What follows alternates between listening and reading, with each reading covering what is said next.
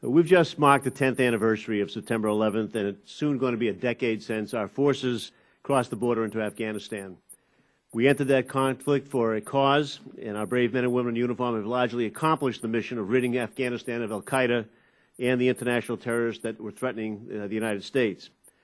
I wanted to begin today by honoring and stating once again how proud I am of all those people that have given service to this country, and I also want to thank all of you for your service to the country and to our soldiers, sailors, airmen, and Marines whom you supported.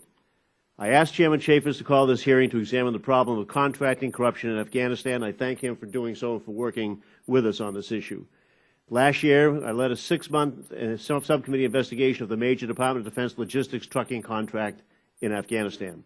Our investigation found that the trucking contract had spawned a vast protection racket in which warlords, criminals, and insurgents extorted contractors for protection payments to obtain safe passage.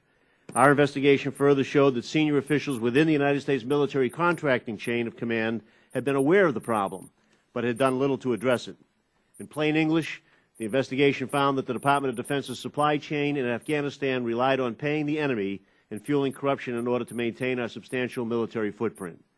Following the subcommittee's investigation, General Petraeus established 3 task forces designed to address the problem of contract corruption, and he issued new contracting guidelines to break down the silos between contracting and operations.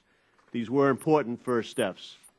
Since then, the Department has provided multiple briefings to the subcommittee staff demonstrating substantial progress in identifying where U.S. taxpayer dollars are going. I commend the Department for that ongoing effort. Unfortunately, the picture presented is not pretty. Recent news reports stated that the Task Force 2010 had specifically identified and traced over $360 million in contracting dollars in Afghanistan that had been diverted to warlords, power brokers, insurgents, and criminal patronage networks.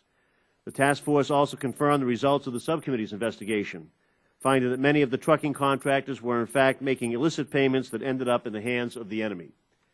The Commission on Wartime Contracting looked at contingency contracting in both Iraq and Afghanistan and estimated that upwards of $60 billion in U.S. contracting dollars have been lost to waste, fraud, and abuse.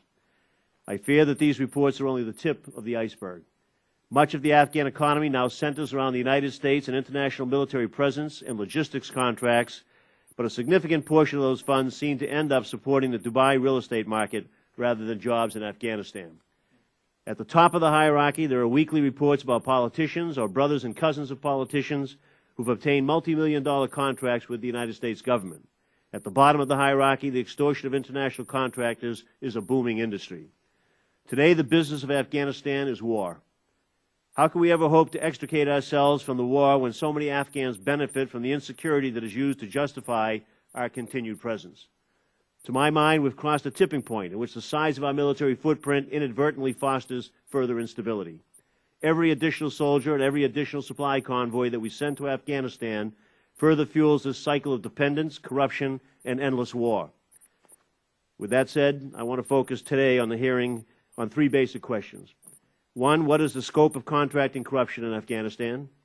2, what is being done to address it? And 3, how can we dramatically reduce it? Although I'm skeptical about the design of the current United States endeavor there, for today's hearing we'll focus on practical solutions that hopefully can be implemented right away. Congress has also had an important role to play. This spring, I worked with the Armed Services Committee to include an amendment in the National Defense Authorization Act that would give commanders in the field more authority to immediately stop contracting with companies that undermine the efforts of our troops on the ground. I recently introduced a bill to establish a permanent Inspector General for overseas contingency operations, one of the key recommendations of the Commission on Wartime Contracting.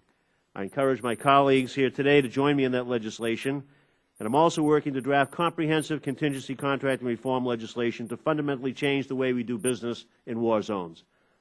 I want to close by reading from General Petraeus' counterinsurgency contracting guidance released in September of 2010.